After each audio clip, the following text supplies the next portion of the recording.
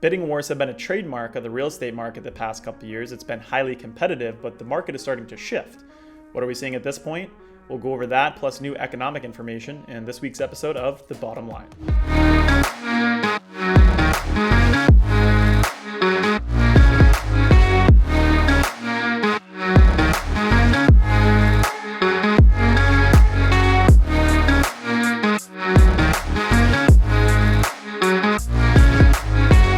Good morning. Lots of new information regarding the housing market we'll go over with you today, but let's start with a couple of the staples.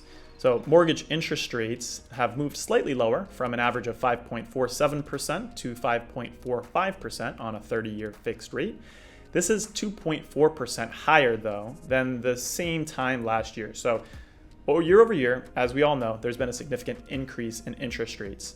Application volume was down 1% week over week for purchase applications.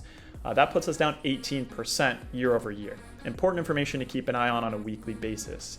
Now, on a broader level, we know the Fed has a huge influence on the housing market and on interest rates in particular.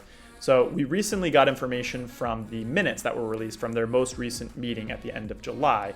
What we saw was that the officials at the Fed, in their conversations at that time, saw little evidence that U.S. inflation pressures were easing, and they prepared themselves to force the economy to slow down as much as needed in order to control this surge in prices.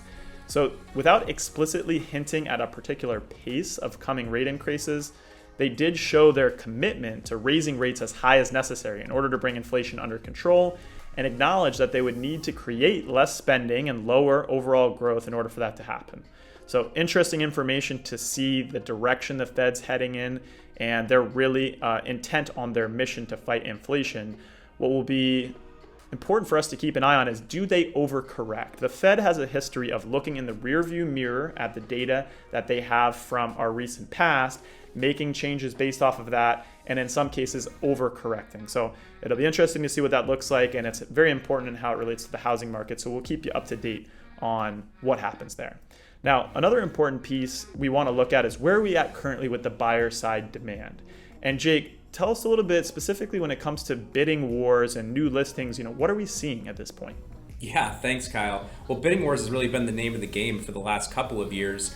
And it's really continuing into this year too, right? So we just got data in from Redfin for the month of July, and that reflects that 44% of all of the homes that were sold received on average 3.5 offers before they sold.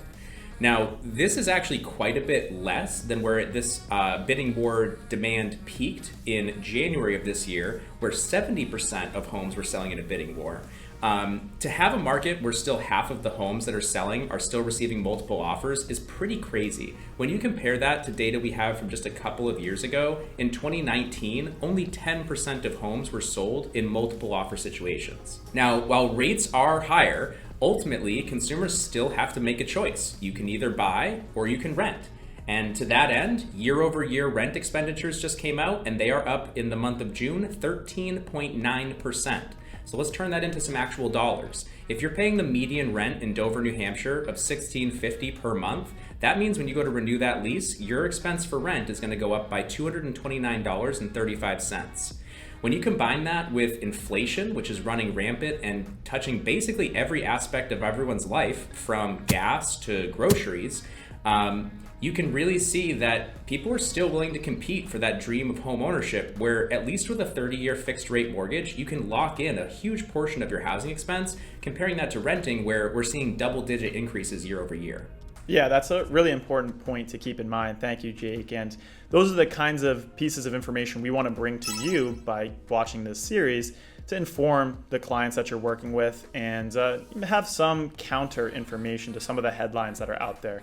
We all know that headlines are going to trend negatively, and we want to look at factual information that gives us the whole picture of where things stand. So appreciate that, Jake. Last thing we want to take a quick look at is the jobs market. So in the most recent quarter, the core numbers that we saw and the most important headline numbers were very strong. The unemployment rate, job creations, those look good. But when we look beyond the headlines at some real-time data of what we're seeing, one thing that we pay attention to here was an interview that was recently completed by the CEO of ZipRecruiter, which is a major hiring firm, a competitor to Indeed. The CEO, Ian Siegel, in his interview said that in June, we began to see a sign of a cooling hiring environment, particularly in the small and mid-sized businesses. In his opinion, this looks like the beginning of a slowdown in the overall labor market. Obviously, a slowdown in the labor market is a huge factor on our overall economy and the housing market, so we want to keep a close eye on that. We'll keep an eye on data as it's available and be covering that with you in future episodes. So we appreciate you tuning in this week. Make sure to check back next week for more information on next week's episode of The Bottom Line.